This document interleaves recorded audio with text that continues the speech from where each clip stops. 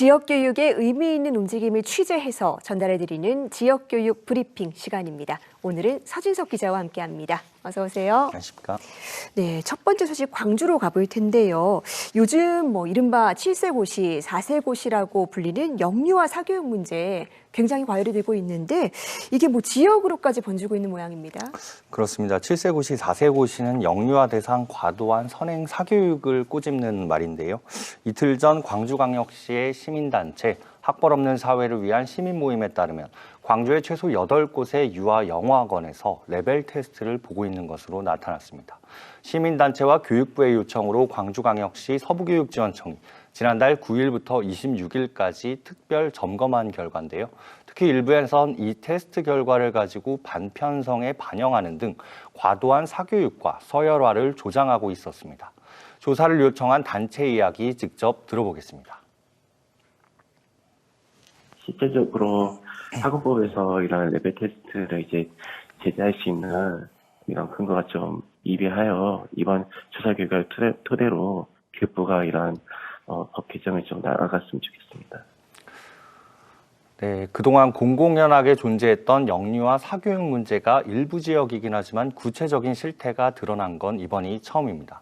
이번 점검은 광주 서부지원청이 관내학원 18곳을 조사한 결과로 이 가운데 44%에서 선행과 레벨 테스트 문제가 드러난 만큼 전국적으로는 더 많은 학원에서 이 같은 문제가 발견될 것으로 보입니다.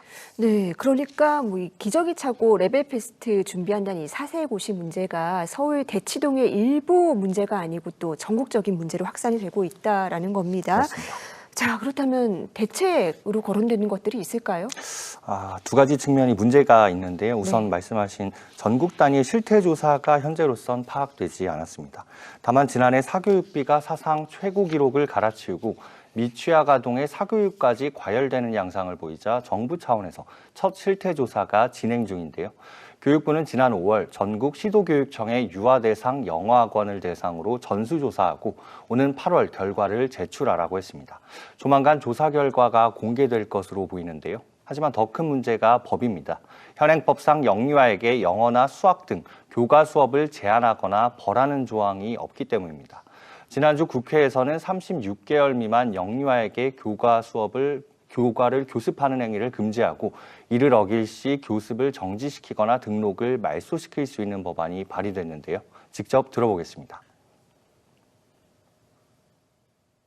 발달 단계를 무시한 무분별한 프로그램 운영과 과도한 장시간 교습이 시장의 자율에 맡겨지고 있는 상황입니다. 이제는 영유아를 학원법이 명확한 적용 대상으로 포함하고 교습 시간, 교육 내용, 시설 기준을 엄격히 네, 최근 영유아 기관 관계자 1,700여 명을 조사한 결과 응답자의 76%가 영유아 사교육에 반대하는 것으로 나타난 만큼 국민적 여론은 당연히 부정적이고요. 이를 위해 필요한 조치로는 영유아 단계의 공교육을 강화하고 입시, 경쟁 위주의 제도를 개선해야 한다는 응답이 많았습니다. 다만 일각에선 영유아 사교육을 억제한다 해도 이 국제학교나 조기 유학이 늘어나는 풍선 효과를 우려하는 만큼 보다 폭넓은 제도 개선이 필요하다는 지적도 나옵니다. 네, 일단은 지나치다라는 여론이 많은 것 같기는 한데 일방적인 규제보다는 공교육 개선이라든지 어떤 대안들도 폭넓게 마련돼야겠다는 생각이 듭니다.